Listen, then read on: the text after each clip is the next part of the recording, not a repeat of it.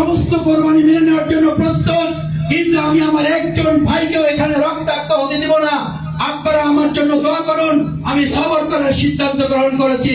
আলহামদুলিল্লাহ, আমাদের উপরে যে মা এবং বোনেরা এসছে, ইসলামের জন্য কোরবানি করেছে, কোরবানি করে যাচ্ছে, আগামী দিনে আরো কোরবানি পেশ করার মধ্য দিয়ে গোটা ঢাকা মহানগরীকে ইসলামের একটি মহানগরী হিসেবে আগামী দিনে আমরা গড়ে তুলব ইনশাআল্লাহ।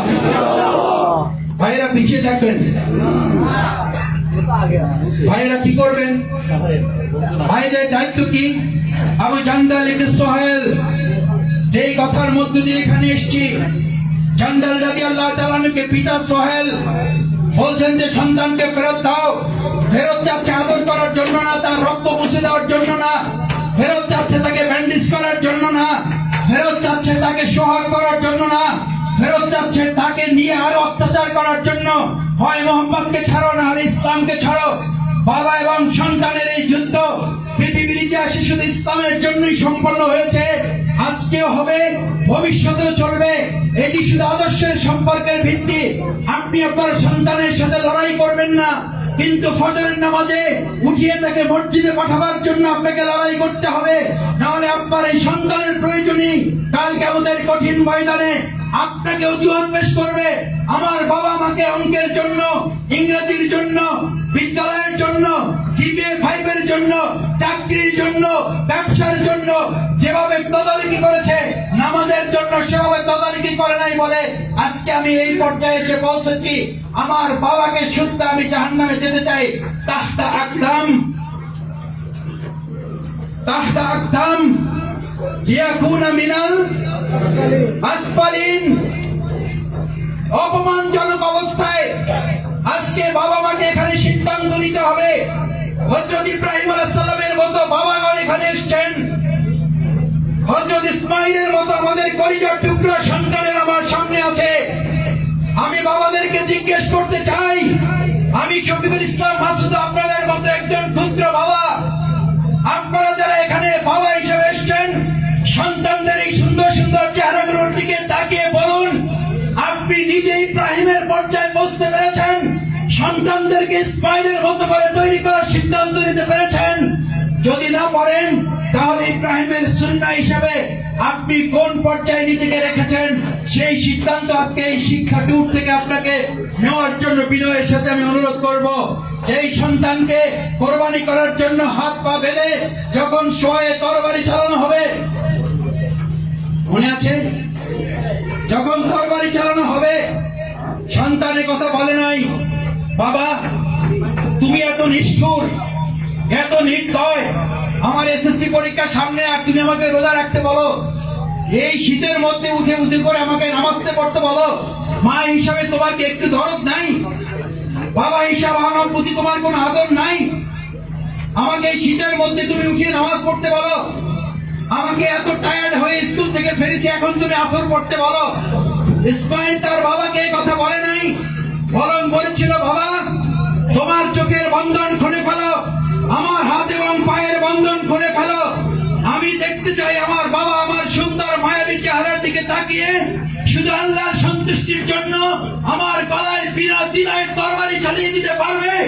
আমি দেখতে চাই আমি ইসমাইল আমার হাত পা খোলা থাকবে, আমার গলায় তরবারি চালিয়ে দেওয়া হবে, আমার হাত ধরবে না, আমার পা ধরবে না। আমরা আল্লাহর সন্তুষ্টির জন্য শুধু আল্লাহর কাছে হাজির হয়ে যেতে চাই। বাবা তুমি চোখের বন্ধন খুলে ফেলো, আমার হাত পায়ের বন্ধন খুলে ফেলো। আল্লাহ যদি কিয়ামতের দিন জিজ্ঞেস করে, ইসমাইল তো জবে হয়েছিল, তার হাত তো বাঁধা, তার পা তো বাঁধা, কোরবানি হতে চাই নাই, জোর করে করেছ। ইব্রাহিম তুমি তোমার সন্তানকে না দেখে কোরবানি করেছ, এই প্রশ্নের জবাব বাবা তুমি দিতে পারবে না, সন্তান হিসেবে আমি দিতে পারবো না। আজকে বাবারা সিদ্ধান্ত নিন, এরকম একজন ইব্রাহিম আপনি হয়ে যান, সন্তান নির্দ্বিধায় একজন ইসমাইল হতে বাধ্য। আমি বাবাদেরকে জানতে চাই, আমরা আজকে এখানে লঞ্চ থেকে নেবে ইব্রাহিম আলাইহিস সালামের এই ভূমিকা অবতীর্ণ হয়ে আমাদের সন্তানদেরকে আমরা ইসমাইলের ভূমিকায় নিতে চাই। সম্মানিত মুরব্বিয়ান ইকরাম, আমি আজকে আপনারা মাফ করবেন, আমি অনেক তরুণ যুবক এবং সন্তান তুলে অনেক ভাইকে কাছে এসে আমাকে ছবি তুলেছে, আমি ছবি তুলেছি, আল্লাহ মাফ করুন যদি এর মধ্যে কোনো বাড়াবাড়ি ত্রুটি বিচ্ছুতি হয়ে যায়। আমি তাদের প্রায় সকলের কপালে চুমু খাওয়ার চেষ্টা করেছি, তাদের গালে আদর করার চেষ্টা করেছি। এখন থেকে 2030-15 সাল বা 10 বছর পর যে ইসলামী রাষ্ট্রের স্বপ্ন আমরা দেখি, যে মদিনা রাষ্ট্রের স্বপ্ন আমরা দেখি, সেই মদিনা রাষ্ট্রের স্বপ্ন লুৎফুর ভাইরা পারবেন না, সেই মদিনা রাষ্ট্রের স্বপ্ন শাহিন ভাইরা পারবেন না, আমিন ভাইরা পারবেন না। আমাদের সেই 30 সালের স্বপ্ন পূরণ করতে হলে আমাদের এই সুন্দর সুন্দর ফুটফুটে সন্তান ইসমাইল আলাইহিস সালাম এবং উসামা রাদিয়াল্লাহু তাআলা আমাদের সন্তান, এই সন্তানগুলোকে যদি গড়ে তোলা যায় তাহলে 2030 সাল টার্গেট করে এদেরকে সোনার মানুষ বানাতে পারলে আমাদের প্রিয় বাংলাদেশ সোনার বাংলাদেশ হতে বাধ্য। আমরা আমাদের সোনার সন্তানগুলোকে সোনার মানুষ বানিয়ে সোনার বাংলাদেশ পরিণত করার সঠিক সিদ্ধান্ত এই লঞ্চ থেকে আমরা নিয়ে বাড়ি ফিরতে চাই। সোনার মানুষ তৈরি কারখানা গাজীপুরে পাওয়া যায় ভাই। চায়নারা সব পারে, আপনারা জানেন যে চায়নারা সব পারে, সবশেষ সিদ্ধান্ত নিয়েছিল তারা কোরআনও পারবে, নিয়েছিল সিদ্ধান্ত কোরআন তৈরি করে ফেলবে তারা। উইগর মুসলিমদেরকে নির্যাতন করে করে আমাদের এক অতিষ্ঠ করে তুলেছে গোটা বিশ্বকে। আল্লাহ তাআলা এক ধমক দিয়ে, এক ধাক্কা দিয়ে ইন্না রাব্বিকা লাশাদীদ ইন্নাহু হুয়া ইউবদি ওয়া ইউঈদ ওয়া হুয়াল গফুরুল ওয়াদুদ যুল আরশিল মাজিদ ফাআলুল লিমা ইউরিদ। আমি যা ইচ্ছা তাই করি, আমি কারো পরোয়া করি না। তোমাদের মতো চীনকে এক ধাক্কা দিয়ে দমন করে ক্ষমতা আমি আল্লাহর আছে। আল্লাহ দেখিয়ে দিয়েছেন না, দেন নাই? যেই ডাক্তার এটা আবিষ্কার করে সতর্ক হয়ে বলেছিলেন সেই ডাক্তার আছে? আজকে পত্রিকায় এসেছে যে ডাক্তার এটা সতর্ক করে শনাক্ত করেছেন, আল্লাহ তাআলা ডাক্তারকে তুলে নিয়ে চলে গেছে। ওরা বলছিল করবো আর আল্লাহ বলছো করোনা, ওরা বলছে করবো, আল্লাহ বলছেন করোনা। করোনা করোনা এটা করতে পারো না, আমার কোরআন নিয়ে যা বুঝি তাই করতে পারো না।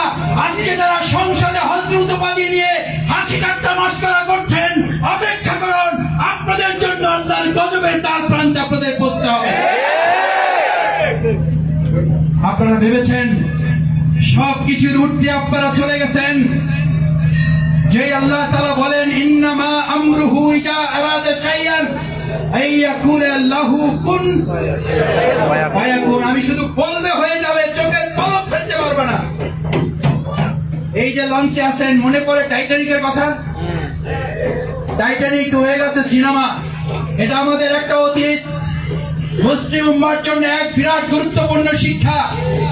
এই টাইটানিকে আমরা তারা ইসলামের আলোচনা করি, এই টাইটানিক আজকে আল্লাহর দ্বীনের যেখানে আলোচনা চলছে, কেউ কেউ হয়তো ভাবতে পারেন যে ভাই এই ঘোড়ার নাম করে একটু সামান্য বিনোদন দিয়ে আমাদেরকে এই লম্বা চওড়া বক্তব্য শোনাচ্ছেন, ইসলামের ওয়াজ শোনাচ্ছেন। এই ওয়াজ, এই বক্তৃতা, বিবৃতি এগুলো তো আমরা জানি, তারপর আমাদেরকে এগুলো শুনিয়ে বিরক্ত করছেন।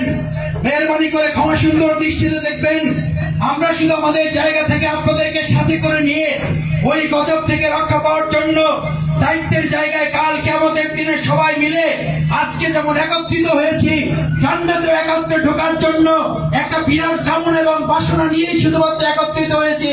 আল্লাহ দয়া করে এখানকার মতো জান্নাতুল ফিরদাউসে আমাদের সবাইকে একত্রিত করে দিন। টাইটানিক এরকম যখন যাত্রা শুরু করেছিল, পরে এখন এটাকে হিস্ট্রি বলে কি, is a symbol of love. টাইটানিককে তারা নাম দিয়েছে কি? এটা কিসের প্রতীক? ভালোবাসার প্রতীক। উল্টাই ফেলছে মুসলিমদেরকে বোকা বানানোর জন্য। দুর্ভাগ্য মুসলিম সন্তানেরা। আমি আমার বন্ধুদেরকে ইউনিভার্সিটিতে দেখতাম, এসে বলতো love of symbol, symbol of love Titanic. আমি 33 বার দেখেছি, আমি 34 বার দেখেছি। Symbol of love? What is this? It is the symbol of love.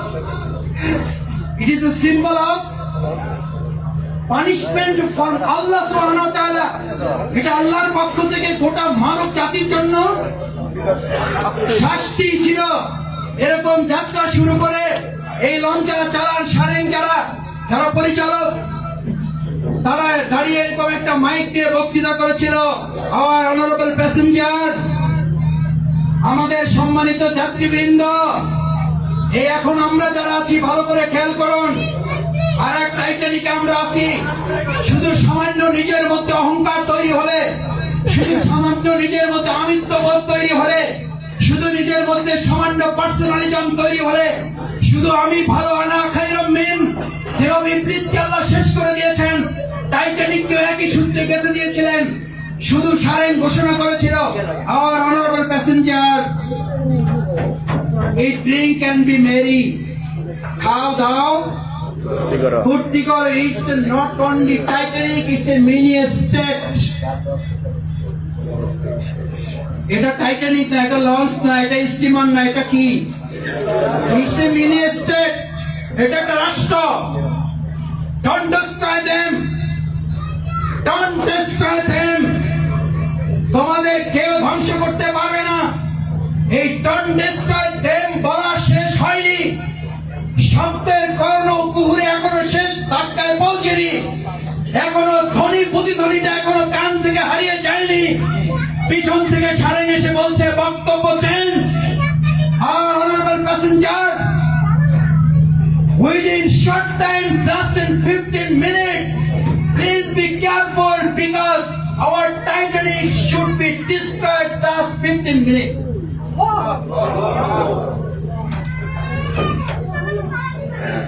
Don't destroy them. তোমাদের কেউ শেষ করতে পারবে না।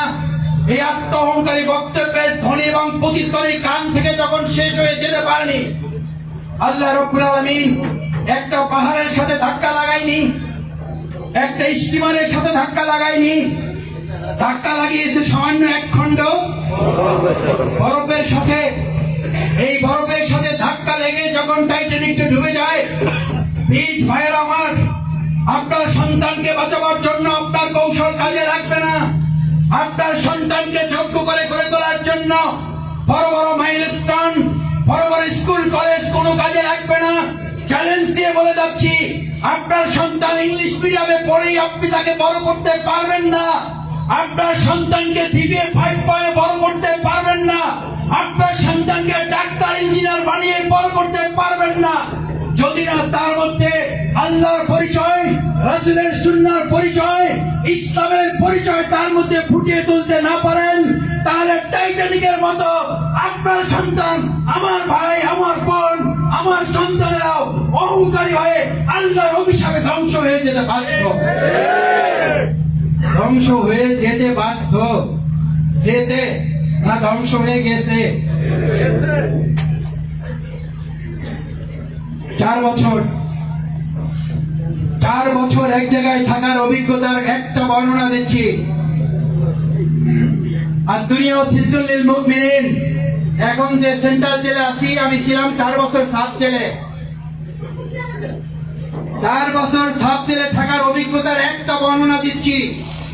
আমি আমার পাশের রুমে হাজবেন্ড পেয়েছি, নিজের স্ত্রীকে ভালোবেসে বিয়ে করেছেন, লাভ ম্যারেজ করেছেন, তাকে নিজ হাতে খুন করে জেলখানায় এসেছেন।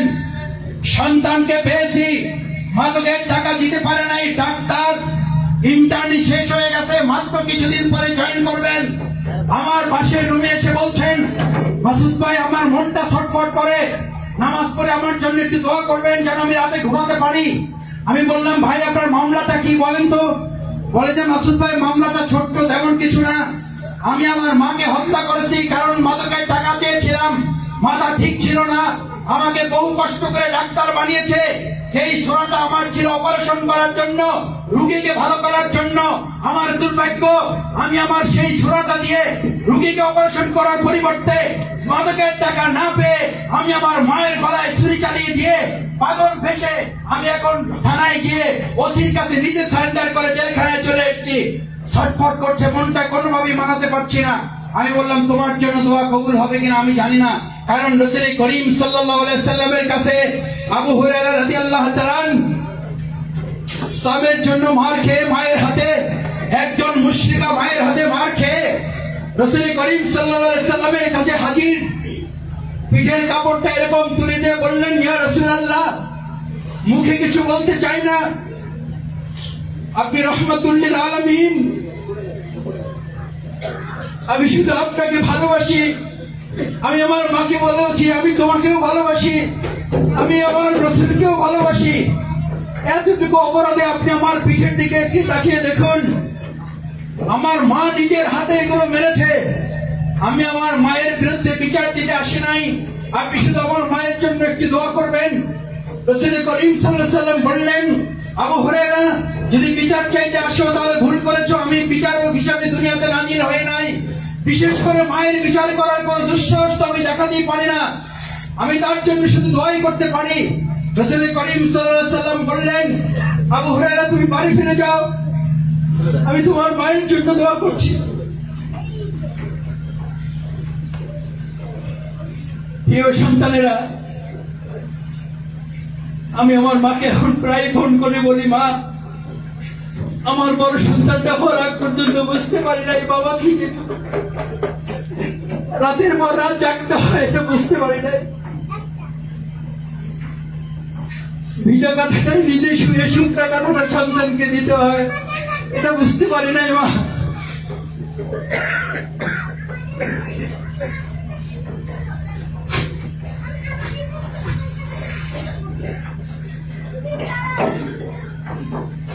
আবু হুরায়রা কি কেউ জোরে হাঁটতে দেখেছে? নজির নেই। রাসূল সাল্লাল্লাহু আলাইহি ওয়াসাল্লামের কথা শুনে দৌড়ে দোয়ার জন্য দৌড় দিয়েছেন। পথে একজন জামা টেনে ধরেছেন, আবু হুরায়রা, তোমাকে জোরেও হাঁটতে দেখা যায় না, আজকে তুমি পাগলের মতো দৌড়াচ্ছ। আপনারা তারপরে সব ইতিহাস জানেন, আমি সেই ইতিহাস লম্বা করতে যাচ্ছি না। আমি সেই ডাক্তার ছেলেকে বলেছিলাম, কপাল তোমার পড়েছে, তুমি জেলখানায় এসছো কেন? নিজের মায়ের গলায় ছুরি চালিয়ে মাকে হত্যা করে জেলখানায় আসার মতো পাষাণ পশু। তোমার কাছে দোয়া আমি করব? আল্লাহ রাসূল সাল্লাল্লাহু আলাইহি ওয়াসাল্লাম তো দোয়া করেন নাই। তোমার জন্য দোয়া করে কোনো লাভ হবে আমি জানি না, তারপর তোমার জন্য দোয়া করি,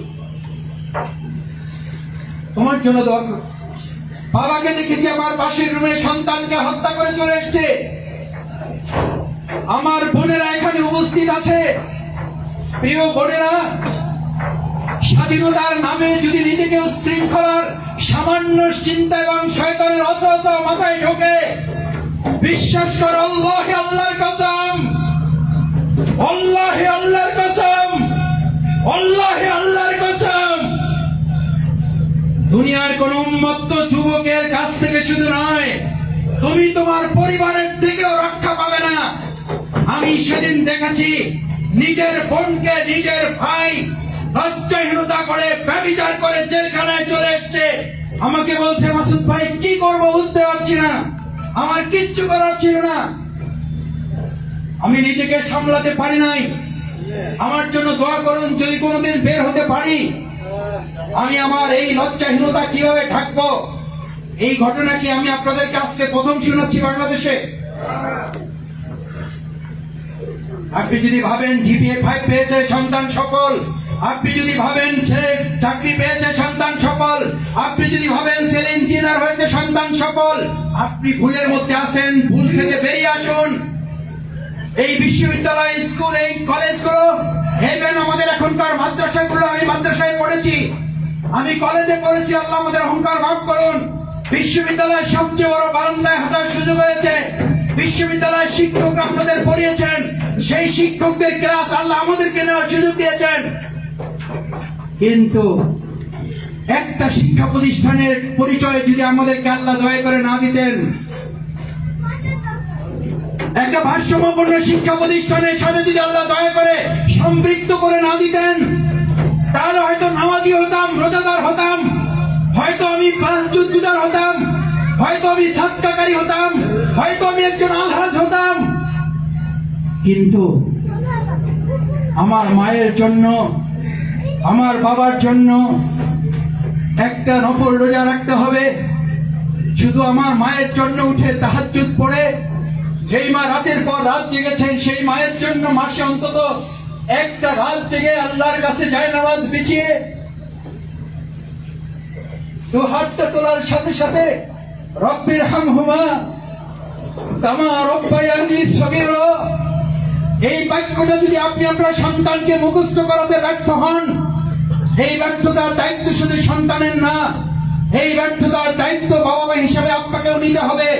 আমি আপনাকে চ্যালেঞ্জ দিয়ে বলছি, আজকে বাংলাদেশের প্রচলিত স্কুল কলেজ বিশ্ববিদ্যালয় তো দূরে থাক, ইভেন আমাদের মাদ্রাসাগুলো থেকেও যেই সন্তান আপনি আশা করেন আপনার জানাজায় ইমামতি করবে, আপনি মারা গেলে আপনার গহীন কবরের অন্ধকারে গিয়ে আপনার জন্য দোয়া করবে, কবরের পাশে দাঁড়িয়ে চোখের পানি ফেলে রব্বির হামহুমা কামা রব্বায়ানি সগীরা বলবে, বাংলাদেশের কতিপয় মাদ্রাসাও সেরকম একজন যোগ্য সন্তান তৈরি করে দিতে পারবে বলে আপনি মনে করেন কিনা আমি জানি না।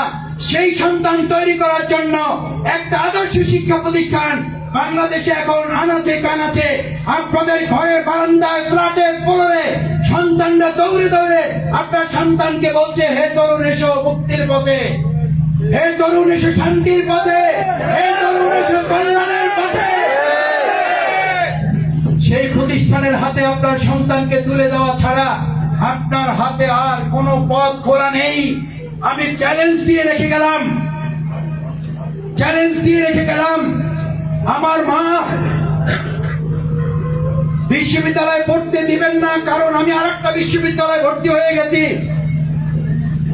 আমি এরকম একটা ভারসাম্যপূর্ণ শিক্ষা প্রতিষ্ঠানে ভর্তি হয়ে গেছি। আমার মাও চাচ্ছে না সেই শিক্ষা প্রতিষ্ঠানে আমি যাই। আব্দুল্লাহ জান্দাল রাদিয়াল্লাহু তাআলা বাপের সাথে যখন লড়াইটা শুরু, রাসূল করিম সাল্লাল্লাহু আলাইহি সাল্লামের কাছে ওমর ইবনে খাত্তাব রাদিয়াল্লাহু তাআলা এসে বলছেন, রাসূলুল্লাহ সাল্লাল্লাহু আলাইহি সাল্লাম, এতজন সাহাবীর চোখের পানি, আবু জান্দালের এই পায়ের রক্ত, আবু জান্দালের হাতের রক্ত, আবু জান্দালের মুখের রক্ত, আবু জান্দালের পিঠের রক্ত কি আপনার চোখে দেখা যায় না? আপনি কি সত্যি নবী? আপনি কি সঠিক পথে পরিচালিত? আমরা কি অন্যায়ের বিরুদ্ধে লড়ছি? যারা অন্যায় করছে তারা কি সত্যি অন্যায়কারী? ওমর রাদিয়াল্লাহু তাআলা দ্বিতীয় খলিফা, রাসূলের পরে নবী হলে তিনি হতেন।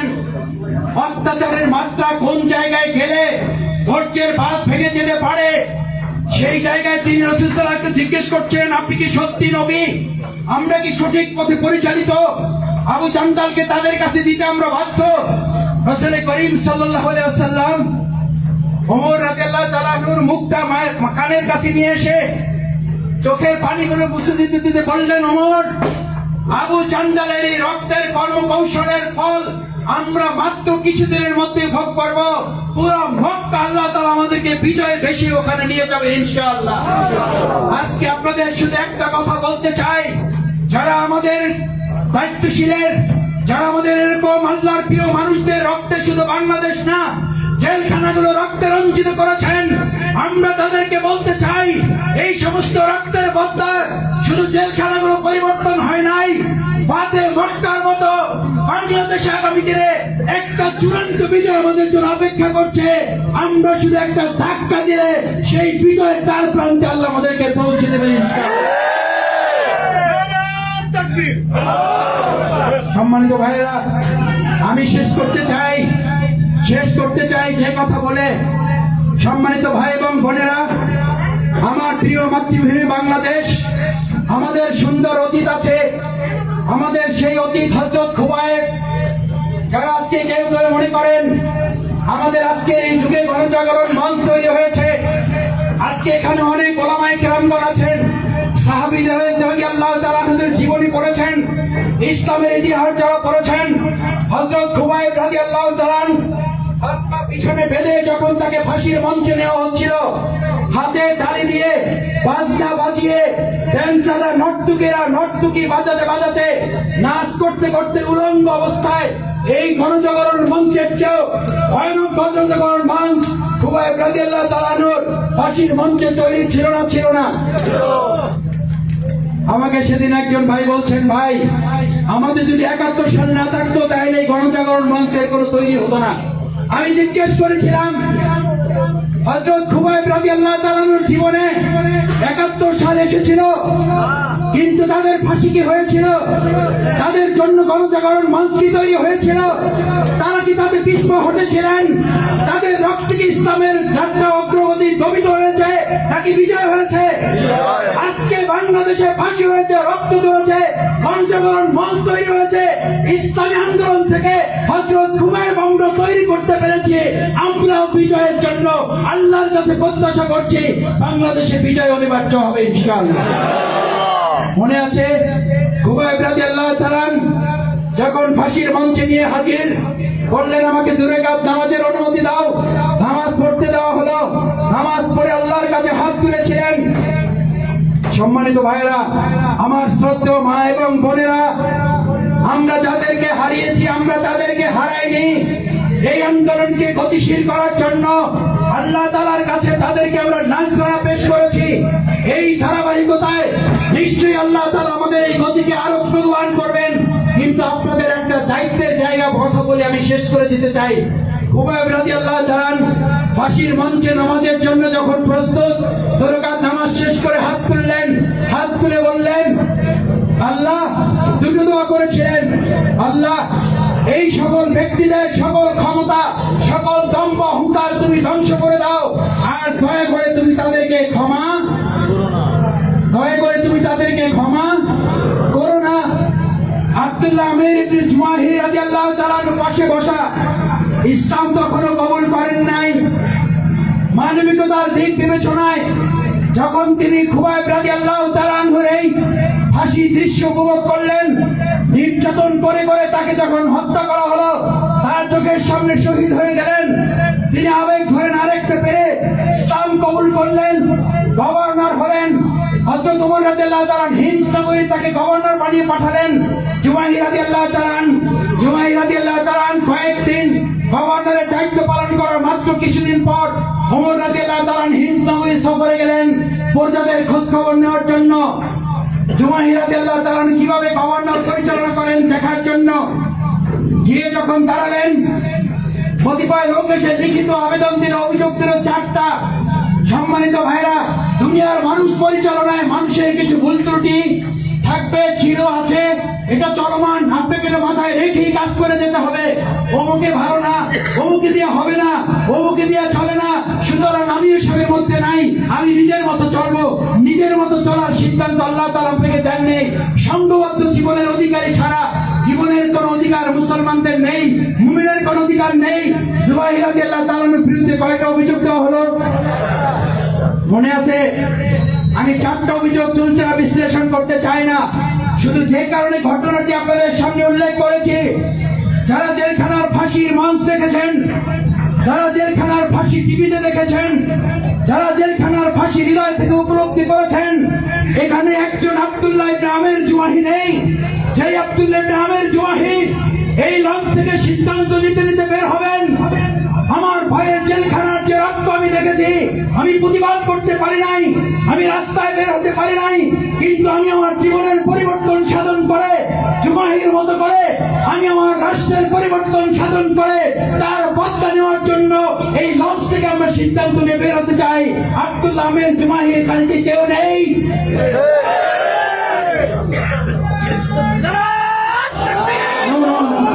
যার সাথে দেখতে চাই, আল্লাহ তাআলা আমাদের এই সবগুলো হাত আব্দুল্লাহ ইবনে আমির আল জুমাহির হাতের সাথে কবুল ও মঞ্জুর করুন। আব্দুল্লাহ আমির ইবনে জুমাহি 4টা অভিযোগের মধ্যে শেষ অভিযোগ ছিল খলিফাতুল মুসলিমিন, আমিরুল মুমিনিন হযরত ওমর। এই জুমাহি রাদিয়াল্লাহু তাআলা সব ঠিক আছে, উনি মাঝে মধ্যে কথা বলতে গিয়ে কি হয়ে যায়, শেষ হয়ে যায়, জ্ঞান শূন্য হয়ে পড়ে যায়। রাসূল সাল্লাল্লাহু আলাইহি ওয়াসাল্লামের খলিফাতুল মুসলিমিন ওমর ফারুক রাদিয়াল্লাহু তাআলার সামনে জিজ্ঞেস করলেন, জুমাহি তার অভিযোগ সত্য? জুমাহি রাদিয়াল্লাহু তাআলা চোখের পানি ছেড়ে দিয়ে বললেন, খলিফাতুল মুসলিমিন, আগের 3টা অভিযোগ সত্য, 4র্থটাও সত্য। আমি যখন শেষ হয়ে যাই তার কারণটা আপনি নিশ্চয়ই জানেন। আমার সামনে খুবাইবকে যখন নৃত্য করতে করতে গান বাজনা বাজাতে বাজাতে হাতের তালি দিতে দিতে তাকে হত্যা করা হয়েছে, আমি নির্বিকার সেখান থেকে কোনো সহযোগিতা করতে পারি নাই। আমি জুমাহি আজকে গভর্নর হওয়ার পরেও আমার কাছে মনে হয় কালকে আমাদের কঠিন আদালতে আল্লাহ তাআলা যদি জুমাহিকে ধরে ফেলেন, জুমাহি তোমার সামনে খুবাইবকে শহীদ করা হয়েছে, তুমি কেন চোখের সামনে দেখেও তা প্রতিবাদ করো নাই? নিজের জীবন বদলে দিয়ে তার প্রতিশোধ গ্রহণ করার জন্য সিদ্ধান্ত নিতে পারো নাই। আল্লাহ যদি সব আমল নষ্ট করে আমাকে জাহান্নামে দিয়ে দেয়, সেই ভয়ে আমি অজ্ঞান হয়ে পড়ি। আর খলিফাতুল মুসলিমিন আজকে আব্দুল্লাহ ইবনে জুমাহি হিসেবে আপনাদেরকে হাত তুলতে বলেছি সেই জন্য। এই বাংলাদেশে আপনার সন্তান তুল্য ভাইয়েরা শহীদ হয়েছেন, আপনার পিতৃতুল্য লোকেরা শহীদ হয়েছেন, আপনার মাতৃতুল্য লোকে মায়েরা জীবন দিয়েছেন। আমাদের ভাই বোন মায়েরা যেই জমিনে রক্ত দিয়েছেন, সেই জমিনে আপনারা যারা আছেন তারাও প্রত্যেকে আব্দুল্লাহ ইবনে জুমাহি না হতে পারলে আপনার হৃদয় ধারণ করতে হবে। নামাজি হওয়ার পরেও, রোজাদার হওয়ার পরেও কালকে আমাদের যদি আপনাকে জিজ্ঞেস করা হয়, এতগুলো ফাঁসি, এতগুলো শহীদ, এত রক্ত দেখার পরেও তুমি তোমার জীবন বদলে দিয়ে তোমার জীবনের বিনিময়ে একটা ইসলামী রাষ্ট্র কায়েমের সিদ্ধান্ত নিতে পারো নাই, তোমার কোন আমল আমার কাছে পছন্দ হয় নাই। আপনি আসামের কাঠগড়ায় দাঁড়াবেন না? আব্দুল্লাহ ইবনে জুমাহি যে চিন্তা করে পাগল হয়ে যেত, আজকে সেই চিন্তা করে আপনার মধ্যে সামান্য প্রেশারি যদি তৈরি না হয়, হাদিসের পরিভাষাটি শুনুন। অনেক ওলামায়ে কেরাম আছেন, ওয়ালাম ইউহাদ্দিস বিহি নাফসুহু, এই সামান্য প্রেশারি যদি আপনার তৈরি না করতে পারেন, এই শিক্ষা সফর থেকে যদি সেই সামান্য উদ্দীপনা, সামান্য উৎসাহটুকু নিয়ে যদি বাড়ি ফিরতে না পারেন, তাহলে আপনার কাছেও আল্লাহ রাব্বুল আলামিন হাদিসের পরিভাষায় রাসূল সাল্লাল্লাহু আলাইহি সাল্লামকে দিয়ে বলেছেন ওয়ায়ুসাল্লুন। আমি বাংলায় বলেছি আগে, এখন আপনাদের আরবির ইবারত আপনারা অনেকেই মুখস্থ জানেন। ওয়ায়ুসাল্লুন, সে যদি নামাজিও হয়, ওয়ায়ুহাজ্জুন, সে যদি হাজিও হয়, ওয়ায়াসুমুন, সে যদি রোজাদার হয়, ওয়া ক্বালা আশহাদু আল্লা ইলাহা ইল্লাল্লাহ, সে যদি জুলুমের সামনে এক আল্লাহ সাক্ষীও দেয়, ওয়ালাম ইউহাদ্দিস বিহি নাফসুহু, আল্লাহর জমিনে এত জুলুম হচ্ছে, এত অন্যায় অত্যাচার হচ্ছে, এসব কিছু দেখে যদি তার সামান্য ঘুম নষ্ট না হয়, সামান্য প্রেশার না হয়, সামান্য পাগলামি তার মধ্যে তৈরি না হয়, সেই পাগলামি যদি তাকে সহযোগী থেকে কর্মী, কর্মী থেকে রোকন থেকে দায়িত্বশীল পর্যায়ে আপনাকে উন্নীত না করে, তাহলে আজকের এই আলোচনায় আমি জানি না সওয়াব ছাড়া আমাদের তেমন কোনো কার্যকরী উপাদান আমরা এখান থেকে নিতে পারবো কিনা। ওয়ালাম ইউহাদ্দিস বিহি নাফসুহু ফামাতা মাইতাতান জাহিলিয়াতান, সে নামাজ পড়বে, সে রোজা রাখবে, সে হজ করবে, সে যাকাত দিবে, সে আল্লাহর সাক্ষী দিবে, কিন্তু এত জুলুম, এত যার মধ্যে সামান্য প্রেশারি তৈরি হবে না, মৃত্যুর পরে কোথায় যাবে? সম্মানিত ভাই এবং বোনেরা, আমি সবচেয়ে আপনাদেরকে অনুরোধ করতে চাই, আসুন আল্লাহ রাব্বুল আলামিন আমাদের যেই জমিনে পাঠিয়েছেন, সেই জমিনে পাঠিয়ে আপনাকে একটা আলাদা পরিচয় দিয়েছেন। আমাদের অতীত, আমাদের মূল রুট, আমাদের মূল সূত্র যেখান থেকে আপনাকে পরিচয় করে দেওয়া হয় নাই। আমি দুনিয়াতে তোমাকে ডাক্তার করে পাঠালাম, আছে কোরআনে কোথাও পেয়েছেন আমি তোমাকে ইঞ্জিনিয়ার করে পাঠালাম? কোরআনে কোথাও পেয়েছেন আমি তোমাকে ব্যবসায়ী করে পাঠালাম? কোরআনে কি পেয়েছেন? ইন্নী জাইলুন ফিল আরদে খলিফা, আপনাকে আল্লাহর প্রতিনিধিত্ব করার জন্য আপনাকে পাঠিয়েছেন। আপনার রাস্তা দুটো, হয় খলিফাতুল্লাহ না হলে খলিফাতুশ শয়তান। আপনি হয় আল্লাহর খলিফা হবেন, না হয় শয়তানের খলিফা হবেন। দ্বিতীয় কোন রাস্তা কি আমাদের জন্য খোলা আছে ভাইয়েরা বোনেরা?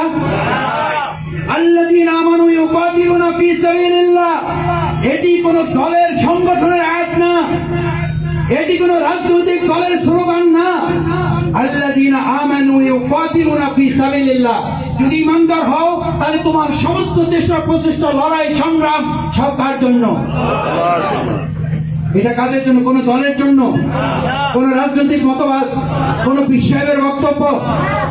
আল্লাযীনা কাফারু ইউকাতিলুনা ফি সাবিলিত তাগুত, রাস্তা দুইটা না তিনটা, কিন্তু তৃতীয় একটা রাস্তা আমরা তৈরি করেছি। সেটা হলো আল্লাযীনা আমানু ইউকাতিলুনা ফি সাবিলিল্লাহ, যারা ইমানদার হবে তারা আমি ও দলেও নাই, এ দলেও নাই। কি বলি ভাই, লাগে এমন কিছু বাড়ায় নেন, এইসব ঝামেলার মধ্যে আমাকে। মনে পড়ে যুদ্ধের কথা, রোম বিজয়ের জন্য মাত্র দুজন ফেরেশতা, দুজন সাহাবী রাসূল সাল্লাল্লাহু আলাইহি ওয়াসাল্লামের কাছে গিয়ে বললেন, ইয়া রাসূলুল্লাহ লাতিন্নি মিনকুম, এই ফিতনা থেকে আমাদেরকে বাঁচান, কারণ আমরা যদি রোম বিজয়ের জন্য যাই, ওখানে সব সুন্দরী রমণী যুবতীরা আছে, আমাদের তাকওয়া নষ্ট হয়ে যাবে। আল্লাহর দিনের এই লড়াইকে তারা বুঝে হোক না বুঝে হোক, কি নাম দিল এটাকে? ফিতনা নাম দিল। আল্লাহ তাআলা আয়াত নাযিল করে তাদেরকে স্মরণ করিয়ে দিলেন, আলা ফিল ফিতনাতে সাকাতু, তোমরা এটাকে ফিতনা মনে করো, আর তোমাদের বক্তব্যের কারণে আমি বলে দিচ্ছি, তোমরা ফিতনায় ওখানে গেলে পড়বে না, বরং ইতিমধ্যে তোমরা ফিতনার মধ্যে পড়ে গেছো। আমাদের যারা বুঝে হোক না বুঝে হোক, ইসলাম, ইসলামী আন্দোলন, আল্লাহর দিনের এই দায়িত্ব পালনকে যদি কেউ ফিতনা মনে করেন, তাহলে আপনার জন্য কোরআনের ওই আয়াত মানসুখ হয়ে যায় নাই। ইন্নামা ইয়াস্তাজিলুকাল্লাযীনা লা ইউমিনুনা বিল্লাহ, যারা আল্লাহর প্রতি ঈমান রাখে না, তারাই শুধু দ্বীনের কায়েমের এই কাজে অজুহাত পেশ করবে। লা ইয়াস্তাজিলুকাল্লাযীনা ইউমিনুনা বিল্লাহ, আর যারা আল্লাহর প্রতি ঈমান রাখবে, তারা দ্বীনের এই কাজে, ইসলাম প্রতিষ্ঠার এই কাজে কোনো অভিমানকে, কোনো অভিযোগকে, কোনো অজুহাতকে অজুহাত মনে না করে